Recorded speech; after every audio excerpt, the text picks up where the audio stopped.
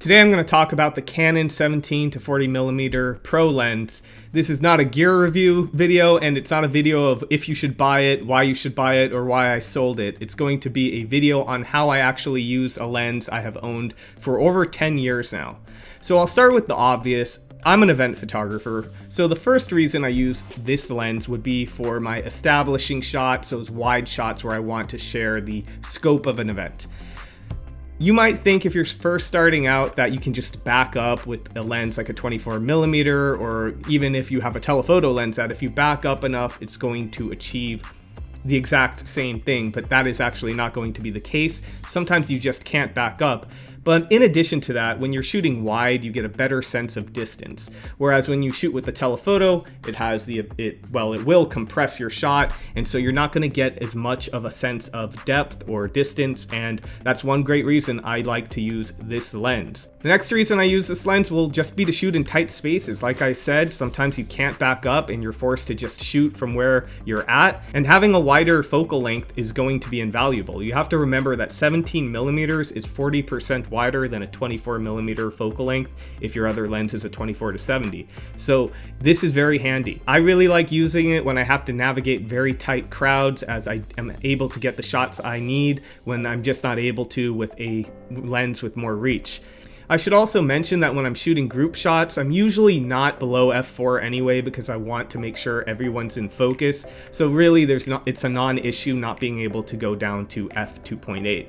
Yes, it is going to be less versatile if you need to also shoot detail shots in the mix or that kind of thing, or if you want to zero in on one person for a candid, but I have a place for that in the night where I'm spending time on getting those shots, and then I kind of basically adapt to the lens I'm using. So if I'm using this lens, I'm not usually shooting for those types of shots. Next, we can talk about fatigue. I used to shoot weddings when I first started out, and it's less of an issue shooting events, but it can be that by the end of the night, holding a heavy 24 to 70 can get exhausting. And at that point, I often like to switch to a 17 to 40mm focal length. I'm usually not shooting that wide necessarily, but I'll often even zoom in at 40mm, but that lighter weight really is invaluable when you've been shooting all day, 8 hours plus. Next, I really love this lens when I need to do handheld shooting. You won't often need to shoot handheld. The times I'm using one hand only to shoot is usually if I'm holding in another hand, I'm holding a speed light in order to give more direction to my flash. Hand holding a 24 to 70, I personally can do it, but it is fatiguing, especially on the wrist and forearm. Yeah, I've developed muscles in that area because I've done this for so long, but at the same time, if I can do it more effectively, if I can shoot without fatigue being a worry, I will switch to this lens. It's going to be a lot easier. Next will be to drag my shutter. One very particular shot I really like getting when I'm dragging my shutter to show a lot of life at a party, for example, is I will do a zoom in or zoom out as I take the shot. This creates a very cool effect where you have lines of light leading in and or out of your subject.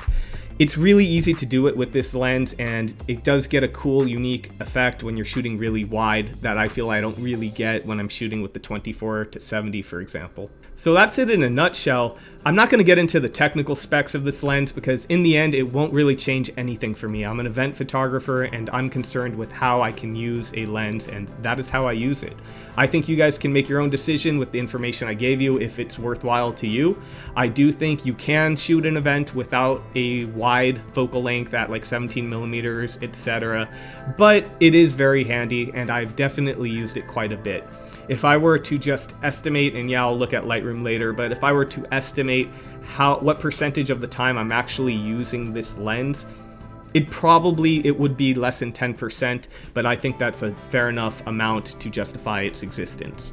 It's not like a fisheye lens where I was using it for 1% of the time, which is also a cool lens to use, but less essential. All right, that's it for today.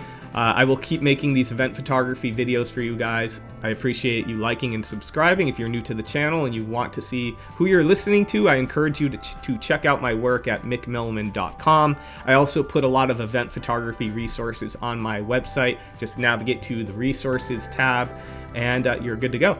All right, until the next one.